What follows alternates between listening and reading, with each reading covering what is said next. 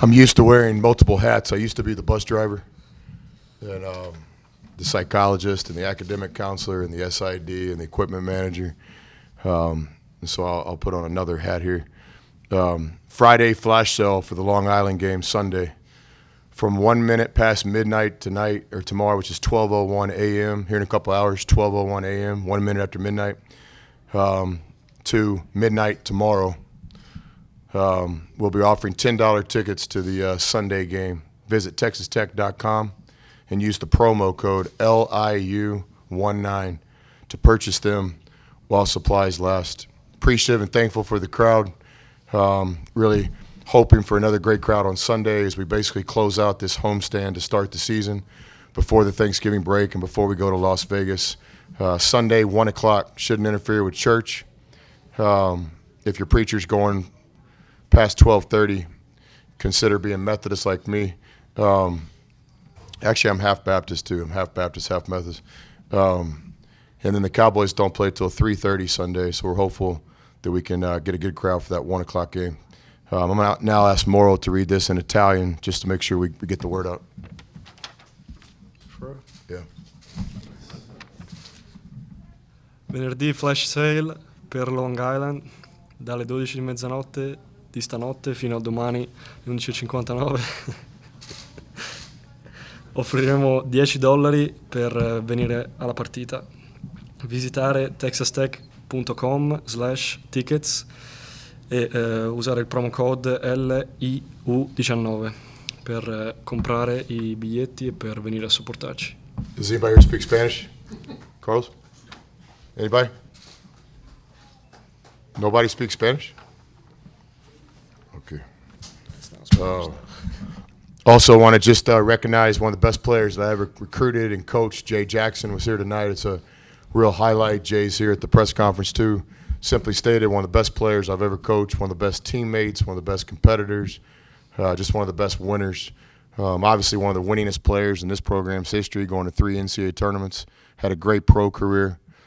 Equally proud for Jay, the kind of dad he is. Great having his kids here to celebrate this honor that he's well-deserved tomorrow, getting in the Ring of Honor.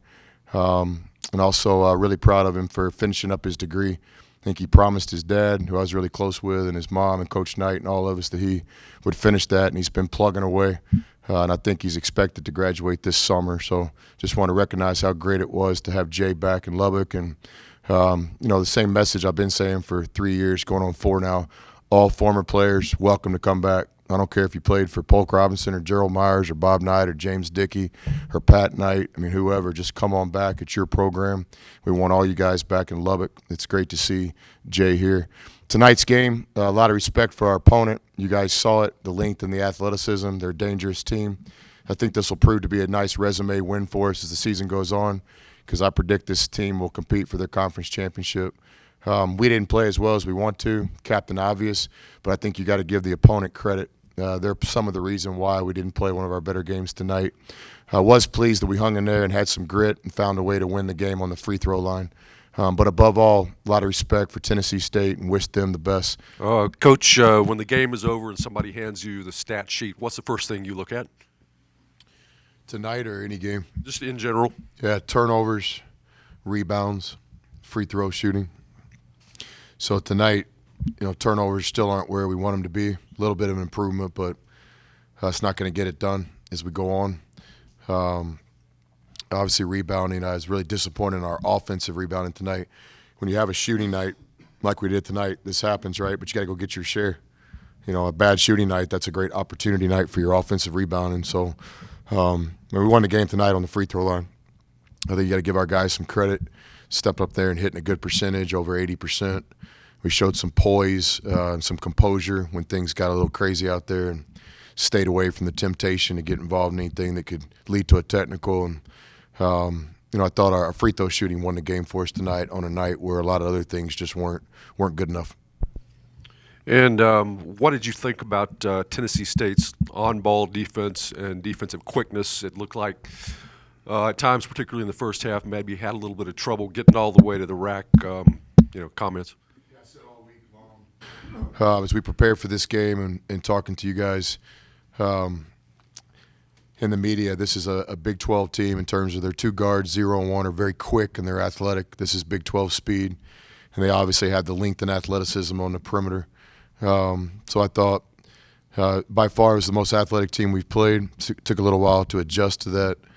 I have to go back and watch the tape, but I just didn't think we ever got into a flow offensively. We'd have a couple good possessions, and then we'd kick ourselves in the foot. We'd have a couple good possessions, and then they would make a good play, give them credit, but we just never got into a flow where we had any kind of consistency with our offense. Talk about Davide Moretti's run when they got it down to a 3-point deficit, and he goes off with a couple of trays. And I think it all started on that, even though you lost it on the held ball, but he was battling down on the floor to get that loose ball, and then he gets the big trays. Yeah, it's a given. I mean, that's what you're supposed to do, play at this level. If you wear the double T that guys like Jay Jackson wore, I mean, you play hard around here.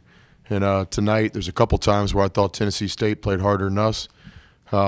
We quickly had a nice conversation about that at halftime, and I thought that our second half intensity was better. So, we got on the floor. We got a couple of nice jump balls, but so did they.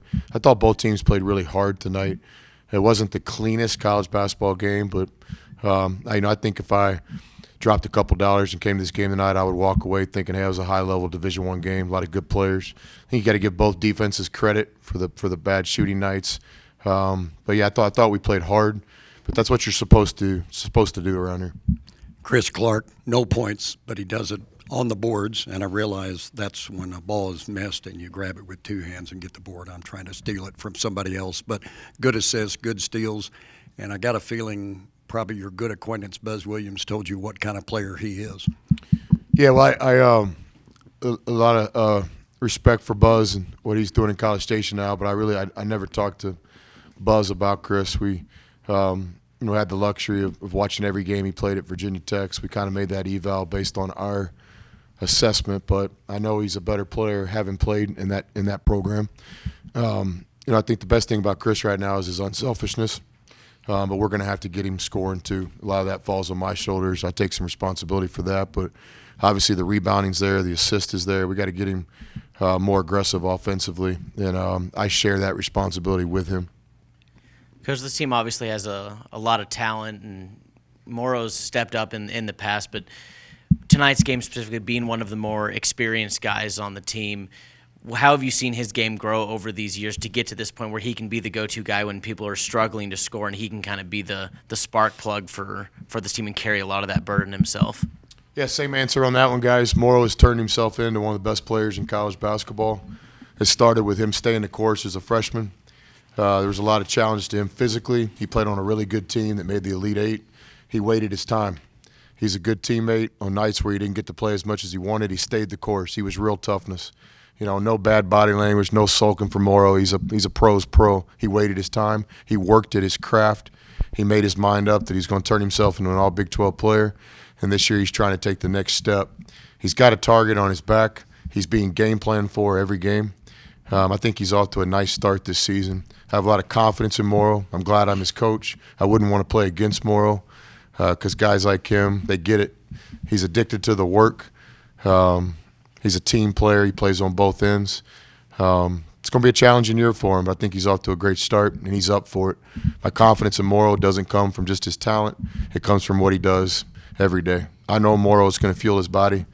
I know he's going to get some sleep tonight. I know he's going to be the first one in the gym tomorrow morning. I know he's going to watch this video by lunch tomorrow. I know he's going to make 300 3-point shots. I know he's going to come ready to practice. I know he's going to be in that training room. My confidence from Morrow comes in the fact that I trust him. How much did the lack of flow offensively be attributed to Holyfield battling foul trouble all night? That's a good question. Certainly he's one of our best players.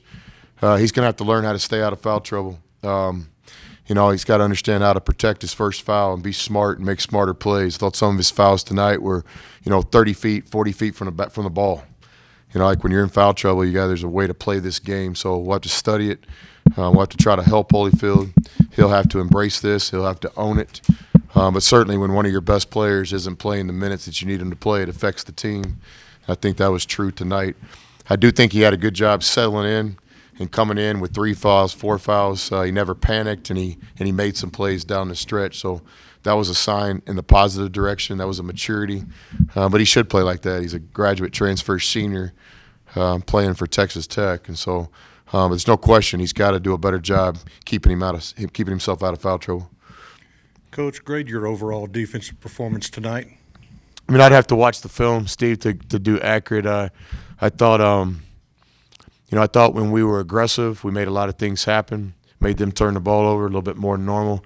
But there were some times in this game where we were just passive, whether that's the stress of the moment, man, we're in a close game, or whether that's the quality of the opponent. I think the video will tell me that later tonight. But I didn't think it was one of our better defensive games, but you got to give the opponent credit. I've hated my whole career when guys get up here and they just talk about we didn't play good and act like the other guy wasn't trying to win. It's a Tennessee State team that I have a lot of respect for. They're going to compete for their conference championship. It's a real basketball team. It's a good game to schedule, and I think this game will prove good for our resume as the year goes on. So we didn't play defense the way we want to play, but I think you got to give the opponent some credit. As young as your team is, do you think it handled being the hunted pretty well tonight or not? I did like our poise. We found ourselves in a battle, right? They hit that three at the end of halftime. We're down 5. We haven't really been in this situation yet, right? So I agree with Morrow. A lot of positives come from this. I would much rather learn lessons after a victory than after a defeat. These people that say, your best lessons come after losses, I respectfully disagree. Intelligent people can win through success. Can learn through success too. So, but I like the fact that we're in a close game tonight. I like the fact that we had to make some plays and we had some valuable timeouts and we had some guys step up. And those young guys got a taste of what the next 2 or 3 months are going to be like. You played 7. How many months here? It'd be December, January, for 3 or 4 months. You played 7 predominantly in the ball game. Is that kind of your crunch time 7? No, not at all. We're still a work in progress. I thought tonight Tennessee State played a lot of small ball. At times they didn't have a lot of back-to-the-basket players in the game.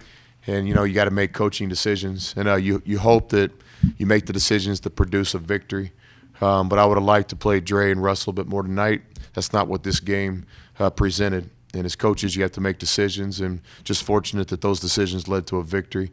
But no, everybody on our active roster is game and ready, and we're nowhere near getting this rotation now. Mac took advantage of his opportunity tonight, played some good minutes. Liked Clarence's attitude, hanging in there, making some plays when his number was called. But we're still wide open. There's a lot of competition on our roster.